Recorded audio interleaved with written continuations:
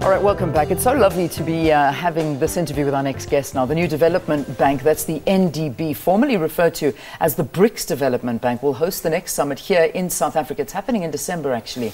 The development bank is an alternative to Russia, Brazil, India, China, and South Africa, BRICS, from the American and European World Bank and the International Monetary Fund. Well, in studio with us, we've got Leslie Maasdorp, the Vice President of the bank, to tell us more about the upcoming summit and what we can also expect. So lovely to have you. Welcome. Thanks very much for having me. When did you get back into South Africa? Arrived a couple of days ago. Okay. And we're here for a week. Yeah. This week is actually the national, it's kind of the celebration of the independence. So it's 6 days of holiday, effectively a full week. It's a little bit like the end of year sort of holiday break, if you like. Okay, so this was a good excuse to come home and visit home and see how things are going.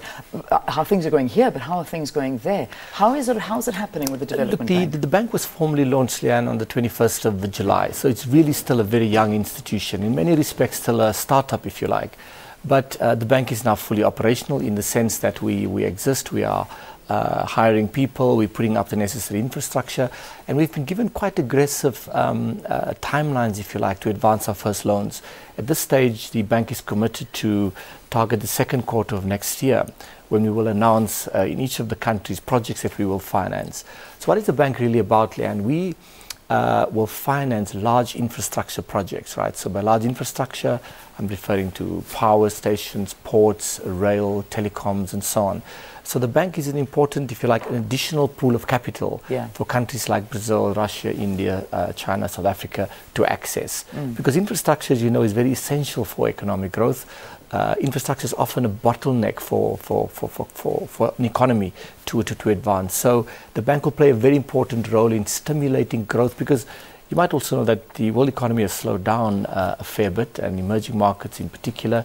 So the bank will play a very important role in trying to accelerate the growth trajectory again. So many questions to ask about the bank, so let me quickly start firing away. When you talk about BRICS, now we know the BRICS countries and this bank, is this bank solely for the use of these countries, or is it for all other countries, perhaps emerging countries, to able to access the funds as well? So in the first instance, the bank has 5 shareholders, the 5 governments of Brazil, Russia, India, China, South Africa. However, the articles of the bank makes provision that in future other member states may join. So as you mentioned in your introductory remarks, the bank was kind of set up because of the, if you like, the dissatisfaction of emerging markets about their representation or lack of representation in the big Bretton Woods institutions like the World Bank, the IMF, and so on. So this bank, if you like, gives bigger voice to emerging markets. It gives bigger voice to developing countries in global affairs. Over time, there's no question that the bank will expand its focus. But it's early days. I mean, I think the political principles have given us a guideline to start with the 5 countries, and over time they're going to define under what conditions, what would be the modalities of allowing in new countries. Now, what would be the difference, say, for South Africa as a country, taking a loan from the World Bank as opposed to taking a loan from this bank? Do we get better rates? Is it more friendly towards us? What really is the difference between this bank and the World Bank? Firstly, the World Bank has most of the United Nations members countries are all participants there. Here we are one of 5, right?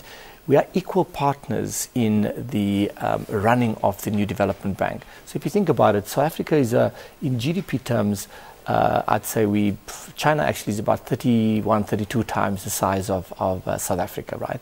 In the World Bank, we have a very minuscule representation. So our capacity to access bigger pools of capital is much greater in the new development bank. That's point number 1.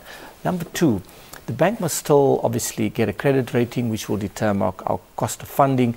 We would want to be more competitive, which means that it will be in South Africa's interest to access funding from the new development bank. Okay, well, now I know we're going to find out more about this as the summit comes here to South Africa in December. A few details, where's it being hosted? No, the summit that you're referring to, I think, is the Forum on Africa-China Cooperation. It's not the BRICS Summit. The next BRICS Summit, which is Brazil, Russia, India, China, South Africa, will take place in India next year. The summit at the end of the year will be a summit that President Xi Jinping, the President of China, together with African heads of state, will be there. So it will not be BRICS specific. Wonderful. Well, listen, Good luck. Thank you for coming and visiting us and talking to us here on the program. Leslie Maasdorp is the Vice President of the New Development Bank. This, of course, is the bank that was started by the BRICS developing countries. It's a bank that really is going to help infrastructure development on those 5 countries that are part of BRICS. And South Africa is certainly needing this. And when you talk about energy, I think that's the one part that we would really love to take loans and work on as well. Leslie, again, thank you so much for joining us. Thanks for having me.